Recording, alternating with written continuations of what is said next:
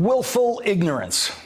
That is what people who work for President Trump say he brings to work. And so it might be good news for America and the world that President Trump does not work very much.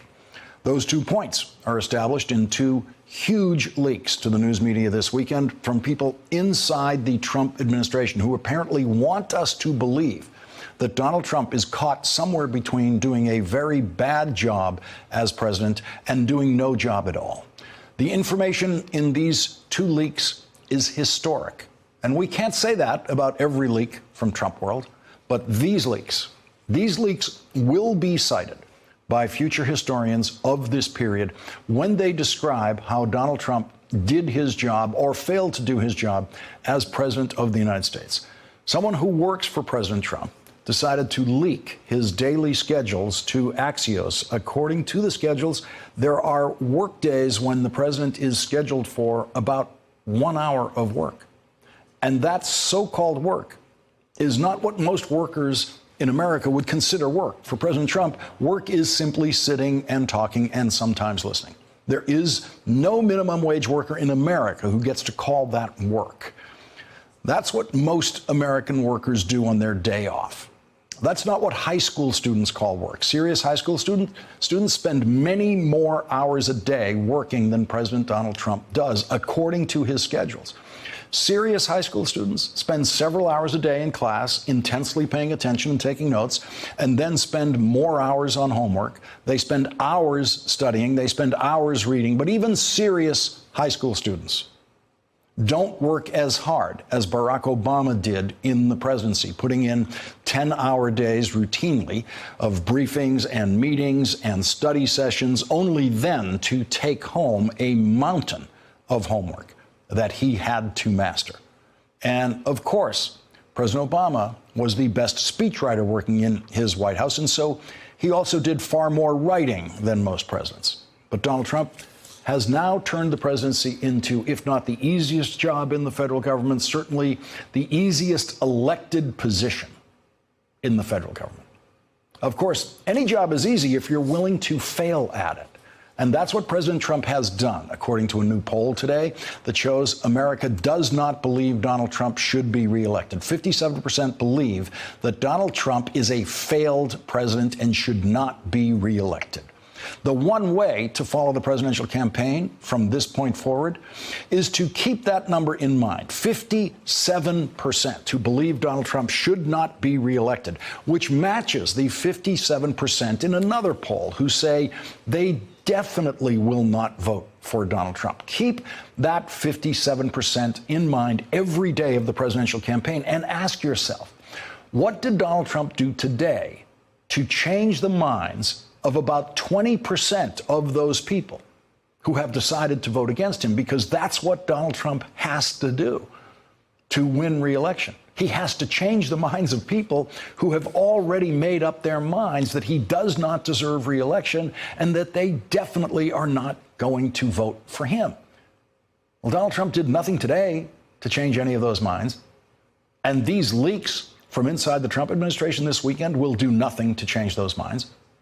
One of those leaks reinforces the image of Donald Trump as a reckless man in a job where recklessness presents a danger not just to Americans, but to the world. John Walcott of Time magazine, who will join us in just a moment, obtained accounts of President Trump's approach to intelligence issues. In his report, John Walcott said senior intelligence briefers are breaking 2 years of silence to warn that the president is endangering American security with what they say is a stubborn disregard for their assessments, citing multiple in-person episodes. These intelligence officials say Trump displays what one called willful ignorance when presented with analyses generated by America's $81 billion a year intelligence services. The officials, who include analysts who prepare Trump's briefs and the briefers themselves, describe futile attempts to keep his attention by using visual aids, confining some briefing points to 2 or 3 sentences, and repeating his name and title as frequently as possible. And leading off our discussion now are John Walcott, who broke that story for Time magazine about what senior intelligence official calls President Trump's willful ignorance that apparently cannot be overcome by our most sophisticated intelligence analysts. Also with us, Chris Whipple. He literally wrote the book on how a White House is supposed to be run. It's called The Gatekeepers, How the White House Chiefs of Staff Define Every Presidency. And we're joined by Mieke Eoyang, who knows the value of intelligence briefings from her years of experience on the staff of the Intelligence Committee of the House of Representatives. John Walcott, I want to start with you. And the sources you're using here are people who, some of them, are people who've actually been in the room briefing the president. Is that correct? That is correct. And they are telling you that, among other things, they have to try to reduce it to a couple of sentences, that there's an attention span issue. What other challenges do they face in that room? Well, certainly there's an attention span issue. I think all of us know that from various sources. Second, there's a problem of getting a president up to speed who has very little experience in foreign affairs.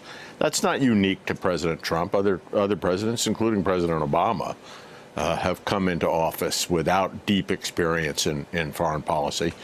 That brings us to the third difference, which is the stubborn disregard for anything he disagrees with. And we've seen that in the intelligence briefings, and we've also seen it on the outside.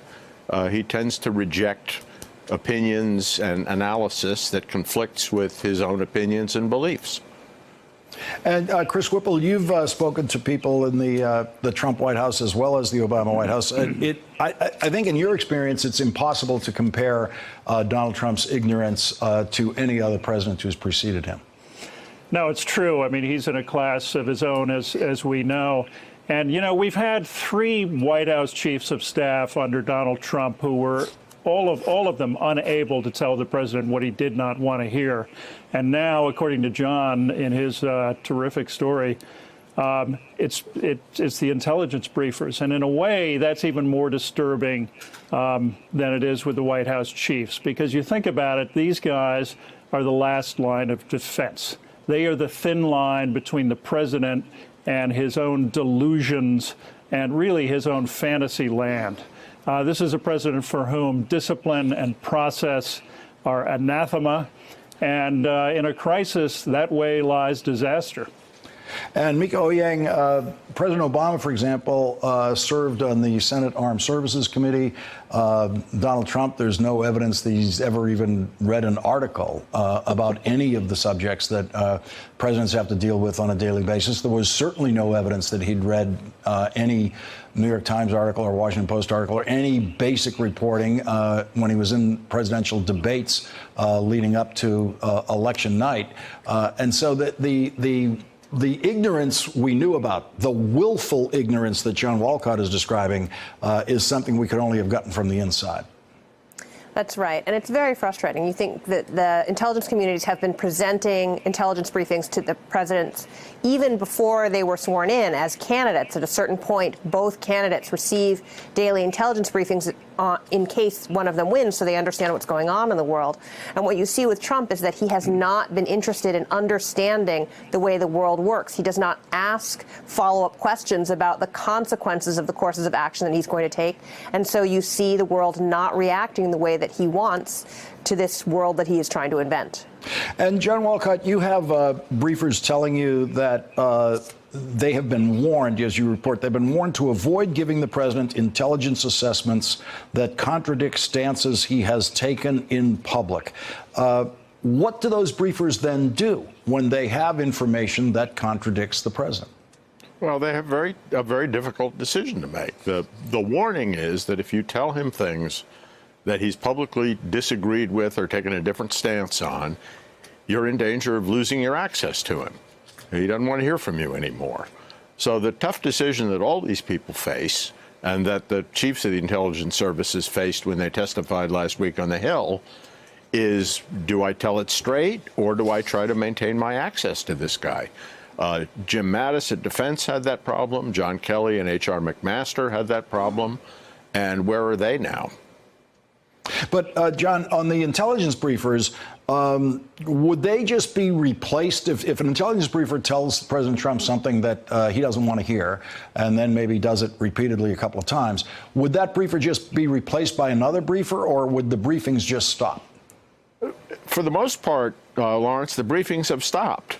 The president doesn't take them, unlike President Obama, who took home 3-inch thick notebooks at night. The president doesn't read them, often doesn't take them. The National Security Advisor, John Bolton, takes some of them. Vice President Pence has taken some of them. He simply ignores them. Mieke Eoyang, what is the president missing by not taking that homework home with him that Barack Obama took home every night? He's missing how the world works. He's missing the kinds of facts that he would need to make wise decisions to guide the nation. He's missing the reactions of our allies. He's missing the strength of our enemies. He's missing the way the rest of the world works and how the U.S. economy is affected by that and how Americans could be at risk all over the world.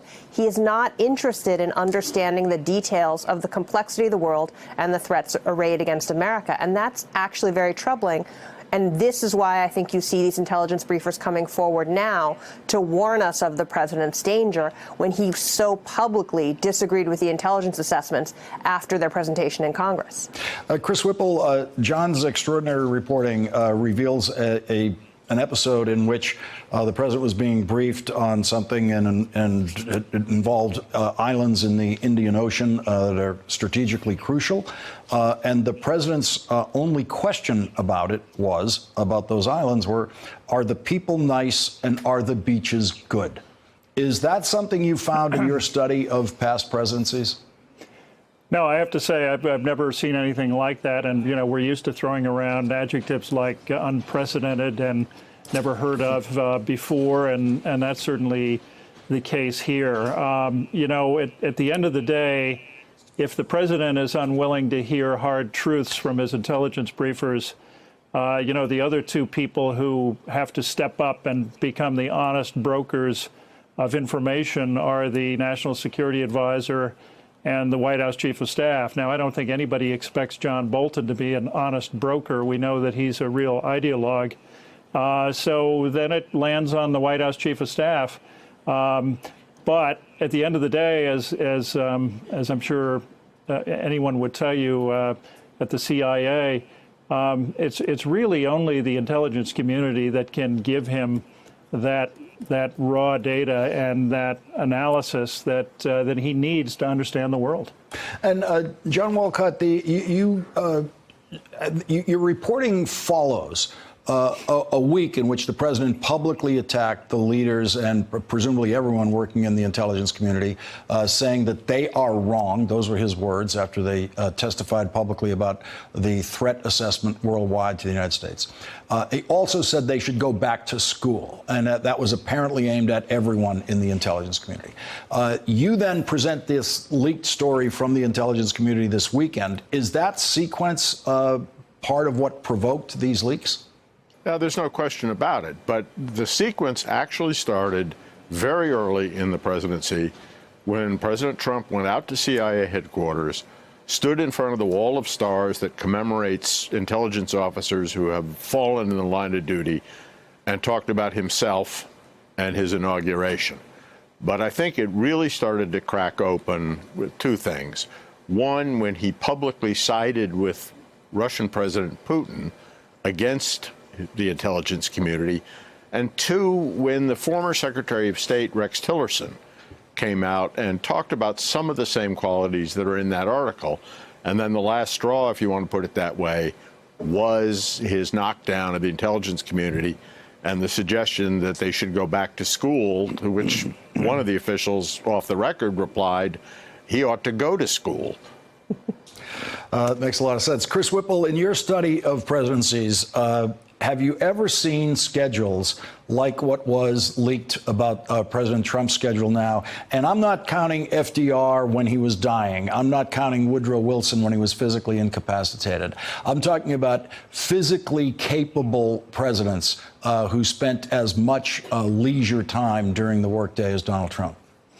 No, nothing like it. And, you know, even Ronald Reagan, who was famously detached as president, would show up, you know, at 9 o'clock sharp in the Oval Office every day, and he would hit his marks as long as he had a good director like Jim Baker around. So it's unprecedented. But, you know, both of these stories, John's story on the intel briefings, the story of Donald Trump's unbelievable, quote unquote, executive time, are a reminder of something that we've known for a while. But I think this is chilling confirmation of it. That is that this White House is full of people who are not only incompetent at governing, but many of them are, you know, profoundly uninterested in governing.